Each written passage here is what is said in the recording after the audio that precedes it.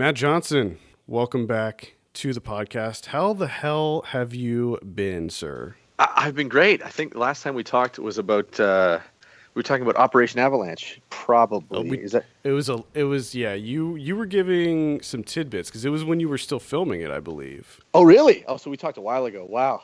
Yeah, so you didn't give away too much. You talked about what your plans were and that you were working on it. That's really it. So like I haven't talked to you since that movie came out. I haven't talked to you since, your new show came out. So it seems like you've been so busy lately. Well, I mean, the movie was a while ago. I mean, we premiered Sundance 2016, and so it's been a year since then. And in that year, we finished the first season of this show, which is just about half out right now. So yeah, I mean, we started shooting the show almost immediately after Operation Avalanche was delivered. So yeah, That's I guess it's been busy. Did you check out the Oscars last night? No, but when I turned on my phone this morning, I saw that there was all kinds of craziness. I wish I'd seen it, but I have so much trouble watching the Oscars. I mean, I like the movies, but it's so hard to watch just the awards. It doesn't seem to be much left. Although, then, like the one year that I don't watch it, all this crazy shit happens. So I wish I had. Yeah, big snafu last night at the end of the show. Was it very exciting to see live? It must have been. It was awkward, Oh, really? So that was good. Yeah. I mean, awkward's always good, but yeah, it was kind of exciting. I would say it was an okay Oscars. La La Land won like 6 awards or something, and I was like, I don't know if I necessarily agree with that, but You're right. whatever. Damien Chazelle's a good director and everything, but I'm not sure if that deserved that many accolades. Well, I was a big Whiplash lover, that's for sure. Yeah, huge. me too. Yeah, I think it was my Me favorite too. movie that year. When did that come out? 2014? Was that Whiplash? 2015? I think it premiered at Sundance in Yes, it did. 2014? Because I Yeah, saw it there. yeah, I thought it was amazing. Yeah, that was an incredible movie. Did you see La La Land? Yes, I did, but I didn't actually see the whole thing. I saw the beginning, and then I left right before, right during that final, like, this is the way things could have been, which I actually thought was pretty nice. I like that ending, but I had someone else I had to be. I thought That's right. all the singing and dancing in that movie I thought was ridiculous. But I forgot you were one of those people that just will not stick a movie out if you're not feeling it. I wish well, I you could know do what? that. At film festivals, you've got no choice. Like, you have to just get up and leave if you're going to try to see everything. And so you don't want to feel like you got stuck watching a movie. It's ridiculous. Yeah, I agree. Moonlight, I thought, was deserving of all the awards that it got. I don't know if you saw that one. Yeah, I did. I thought it was great. I especially loved them using that song "Classic Man." I loved that sequence. I liked it a lot. I thought it was very funny, actually. Yeah, great movie, fantastic. So Nirvana, the band, the show. Now, for people who aren't familiar, why don't you just give us the brief synopsis of what the show is? It's about my best friend and I trying to get a show, trying to get our band a show at a very small club in Toronto called the Riverdale, and our band is called Nirvana the Band. It's spelled with 2 N's. Yeah, didn't used to be, but now it's spelled with 2 N's. Now that it's on actual TV, it used to be a web series that Jay McCarroll, the other creator, and I made when we were about 10 years ago. We made it, and and back then, I mean, we were just making it. This wasn't pre-YouTube, but like this was like before there were even like web series, and so we didn't really care. We were just releasing it on our own. We didn't really care about the law or anything like that. So we were just doing it. And then as soon as it was like, okay, now we're going to make it as an actual show, we had to change things up quite a bit. Right.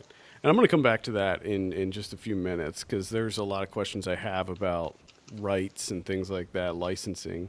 But do you consider the new show that's on Viceland do you consider it a remake or do you consider it a second season of the show? Because forgive me, but I don't remember how the web series ended. Well, that's actually good because the way that Jay and I are kind of, it depends how you want to look at it. But what we like is the idea that they're both sort of happening at the same time.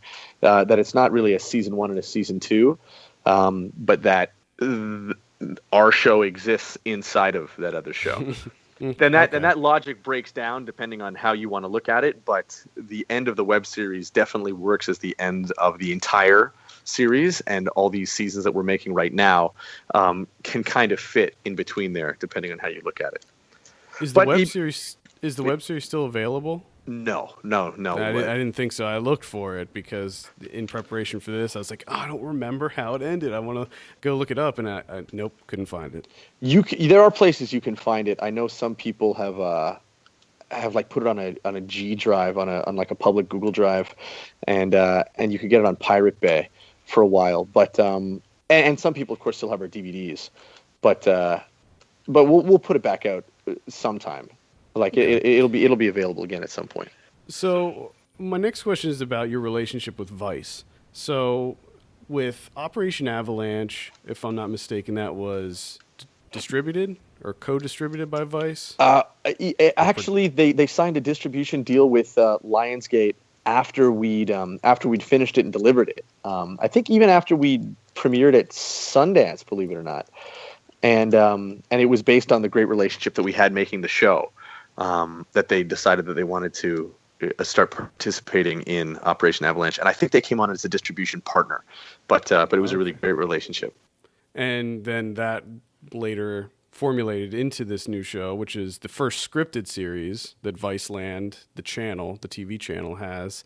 How's that been so far working with them? It's been an unbelievable experience. Those guys are definitely the real deal in terms of giving creators power with what it is that they want to do. Like, we are able to make exactly the show that we want to make, and they support us 100%, which is very different, I think, than most people's experience working with any network.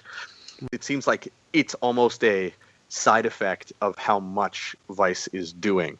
They just don't have enough time or resources to do okay, we're going to give notes on every single episode of every single show that we make. It's just not possible. They make so much shit, and they're really fledgling in a lot of ways. So we're the benefactors of that in a really great way. Yeah, and it seems like they pretty much give you carte blanche to do whatever you want on the show. In the first 4 episodes I saw, I think that there were only a few things that they decided to either blur or censor out. Yeah, So it exactly. seems like they're giving you a lot of freedom to just do whatever you want. Yeah, it's remarkable. We're so happy. That's awesome. So getting into the show itself, the way that it's shot, it's almost like a mockumentary style, and a lot of it feels very candid. So I was wondering if you could talk about, a little bit of the kind of behind the scenes stuff, like how much of that is scripted, how much of it is it like an outline? Do you do candid things, or is it just that well made that it all just feels very candid? Well, Jay and I don't work off of a written script ever, so everything we do is improvised. But he and I always have a very good idea of what an episode is going to do. So we know where an episode is going to start, where it's going to end, at least when we start shooting. But the lines and the things that happen, because we're shooting in the real world, we never know exactly what it is that we're going to say. So we improvise everything and then edit it to make it seem as though we'd planned it that way. And another thing we do is we go back and we reshoot tons of stuff. So if something didn't work, or if we want to have a part of the story work a little differently, we're never against just going back and reshooting it. It's so interesting because like the one moment that sticks out to me, and there's a ton of them where people just interact with you, just random bystanders. But the one in the Star Wars episode when the girl rides by on the bike and Jay's playing with his devil sticks. I know, and she says makes pretty fun of cool. him. Yeah, I know, and Like- that winds up being the impetus of the whole episode, which is Exactly. funny because when we shot that, that episode wasn't even about being cool.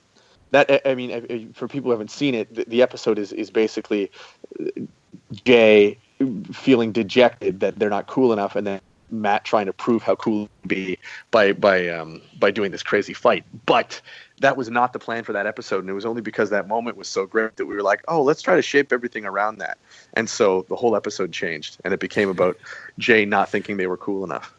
And it was just such a funny moment too, and it was like, there's no way that was planned. Like, it just felt entirely too real. Yeah. Everything about that. Well, and Jay's so smart, he was able to really play it like it really impacted him. Like it really broke his heart Yeah. when that happened. And if he hadn't done that, then I mean there'd be no episode, or we'd have an episode, but it would be very different. I just hope that this sparks a comeback for Devil Sticks. I don't think so. I think we don't do the Devil Sticks companies any favors in that episode. We're not making them look so cool. So, as far as your characters, I mean, you guys play yourselves essentially. Yeah. And how much are the characters of the show a facsimile of Matt and Jay? Well, I think we're both, because we're improvising everything, we're both pretty close. I mean, we've been doing it so long. Jay and I have been doing those characters for 10 years, actually more, like almost 15 years each. We've been playing those characters, so it's almost tough to tell.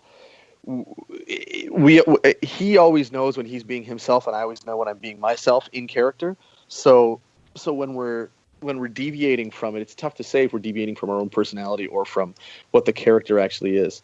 But we're obviously much stupider in the show than we are in real life. Jay especially. Jay plays like a really dumb guy. He's almost playing like Pinky, and I'm playing the brain. If it were sort of a Pinky and the Brain kind of comparison, but in reality, Jay's an extremely intelligent person, and not nearly as stupid as he pretends to be in the show.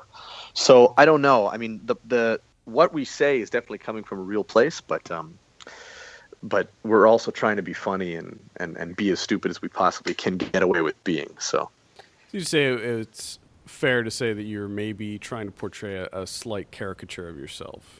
Well, I think we both, the way Jay and I always say to one another is that we're playing ourselves at like 12 or 13 years old.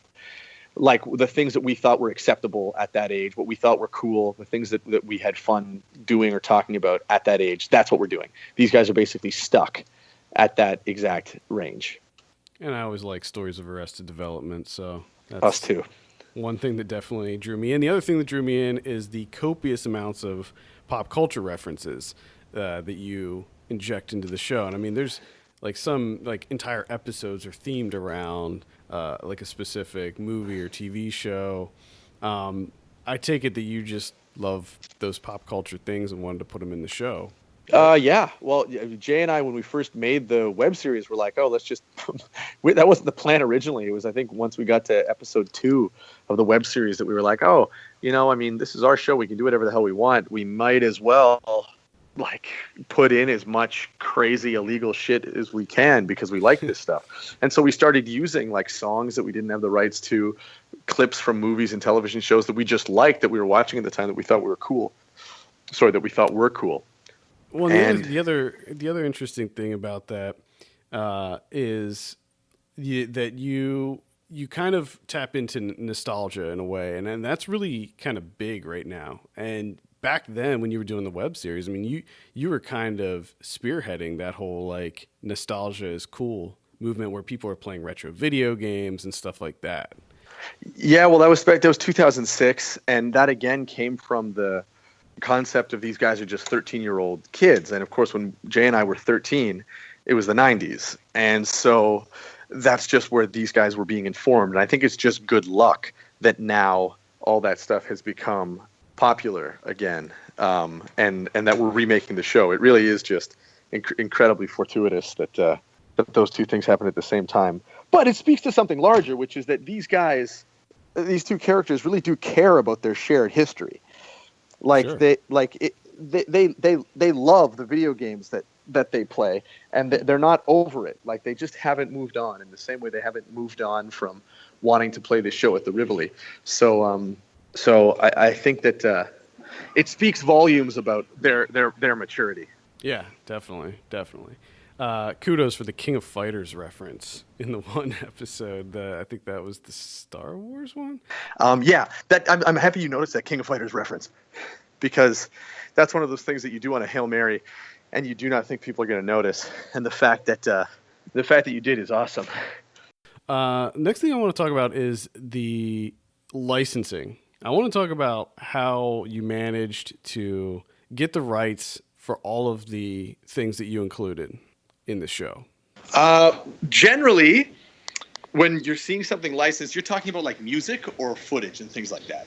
Right. I mean, you have tons of stuff. Like you have clips from Jurassic Park, the Star Wars thing. I mean, that was huge because in that it seemed like you had music and clips. And I'm just wondering how you navigated those waters. Well, every single one was a little bit different, but they all generally were done using the same concept of fair use that we used on Operation Avalanche and the Dirties, where we sort of learned how you can include copywritten material without needing to pay like massive amounts of money to do it. And so sometimes we use that. Sometimes we'll weave these things into our story, and other times we just pay the licenses. So it's sort of a mix of all three. And oftentimes, something that we're doing a lot more now is Jay is just recreating a lot of score when we can't clear it or license it. So Right. I've sometimes, noticed that. yeah, sometimes you're hearing music that you may think is like Home Alone or Back to the Future, but really that's just Jay Right. composing It's on his tweaked own. a little bit, and it sounds fantastic. Getting it back into the Star Wars thing, and that because that's the last episode I saw, and that's just the one that's freshest in my mind. You actually filmed at a screening for Star Wars. I was wondering if you Yeah, could tell me a little bit about how that went down. I mean, you're watching basically exactly what happened. We went in. We thought that it was going to be a much bigger or a much more. We actually thought it was going to be a much bigger reaction, but because that movie is so loud, I mean, if you haven't seen it, it's an episode where I go blind and we go to the Star Wars Episode 7 premiere, and Jay narrates the movie to me live as it happens because I can't see it. And so we thought that we were going to get thrown out instantly. But because the movie was so loud, it was literally only the people right around us who could hear us. And nobody else even seemed to notice. So we got pretty far into the movie before anything bad happened. And of course, you did eventually get ejected. How did Yeah. that feel? Well, how did it feel? Well, that's sort of what we thought was going to happen. So we were ready for it. We got thrown out twice. We got thrown out of the theater, and then we got thrown out of the actual building. So both times we thought it went great. Fantastic. Loved it. That pretty much wraps up all the major like questions that I had. I guess my next big question is what's next for Matt Johnson? Well, you mean what film am I going to make after this show's done? Well, what do you got going on? Well, we're going to make another 2 seasons of this show, which is probably going to take us another year at least. And then after that, I think we're going to make, I think, a movie right as soon as this show's done. But it's so hard to tell what the timeline of that's going to be because making the first season of the show took us so long.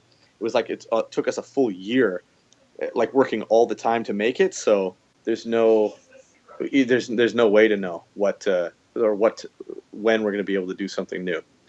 Can you give us any updates on the that Encyclopedia Brown film that you were Yeah, working on? yeah, sure. Yeah, I wrote it and delivered it, and I'm not sure what they're going to do with it. I'm not sure if they're producing it or if it's like locked up in production limbo or what. I haven't heard anything about that movie in probably a year and a half, maybe longer.